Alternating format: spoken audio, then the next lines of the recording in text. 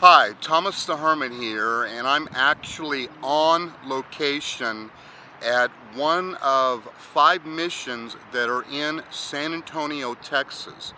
This by far is probably the most beautiful mission, and I believe that it is an active parish. This is called Mission San Jose. But I'm not here to give you a tour of Mission San Jose. I will be including Mission San Jose in this series of videos about how to get started doing contemplative prayer. Now, I'm not going to be sharing what everyone else is sharing. You know, there's a real big question in people's minds on how to get started in contemplative prayer, but what they do is they just teach you all the things that, like Teresa of Avila, John of the Cross, etc., etc. But how do you actually do it is something that has more to do with experience than it has to do with the, this is the nuts and bolts of contemplation. Okay, so I'm going to be sharing what is the experience or how I got started, and maybe some of that information will help others to get started in contemplative prayer. Now, the title of this first video is called Wait Upon the Lord. And waiting upon the Lord becomes the issue. Well, you're saying, well, what does that mean? Okay, well, I understand. We could think about waiting upon the Lord as you're in a very dangerous situation or a very difficult situation, and you're waiting upon the Lord to answer your prayer. Well, that's certainly part of the answer as what it is about waiting upon the Lord. But that is not what this particular concept is that I'm using it in. I'm using it in this concept. Sit in front of a picture. It could be an icon, it could be a statue, it could be the Blessed Sacrament, and wait upon the Lord. It takes time. It takes time to build up your contemplation strength, your focus, your faith, okay? If you set out on this adventure and you try something and you go, well, nothing happened, well, you didn't spend enough time. You didn't wait upon the Lord.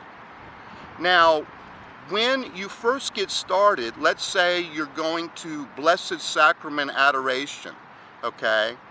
And the first time you're there, you're like, well, what do I do with my time? So you're sitting there and saying, well, I brought something to read, and, well, I didn't do my homework, or I didn't, I didn't look at my bills, and you start fiddling with other stuff. Well, you're not waiting upon the Lord.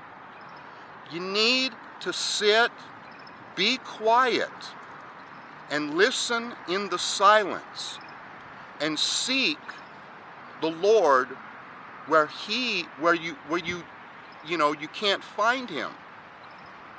Okay?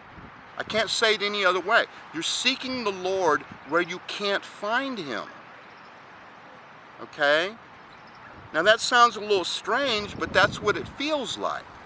Okay, you sit down, you're in front of the Blessed Sacrament, you're looking, you see the host up there, and, it feels a little bit different. You're really not sure what that is, and it feels rather boring, and you've got this rush of thoughts inside of your head, and you're like,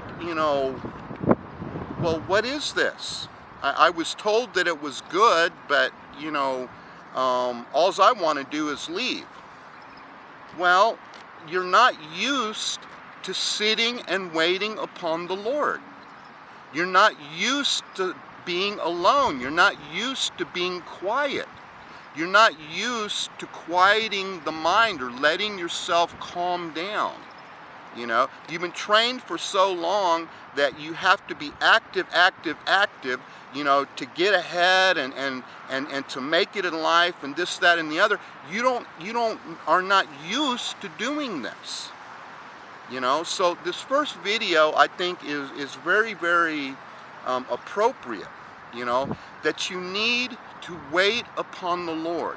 Now that doesn't just include sitting in front of the Blessed Sacrament.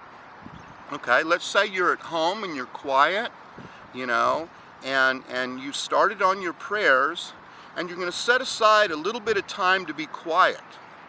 So you set that time aside, and you begin to, you know, be quiet, but the same thing happens. You know, oh, I've got to go do this today. You know that thing I forgot to do yesterday. I got to go make that phone call. You know, there's things that I have to do. Well, you're not sitting and waiting upon the Lord. Now, can you sit and wait upon the Lord and nothing happen? Yes.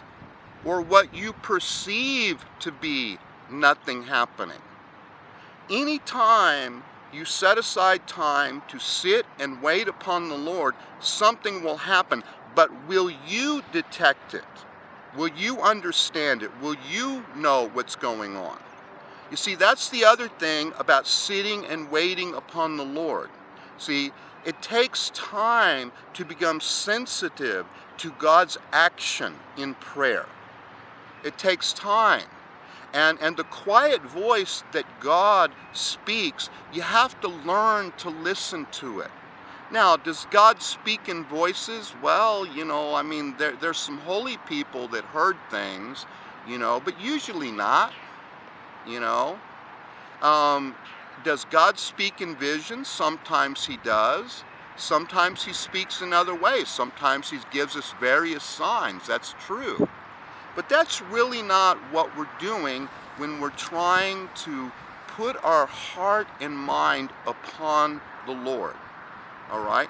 We're sitting and we're waiting upon the Lord. This is Thomas the Hermit of a first series of videos of how do I get started doing contemplative prayer. Say a prayer for me. I am praying for you, and I will talk to you later.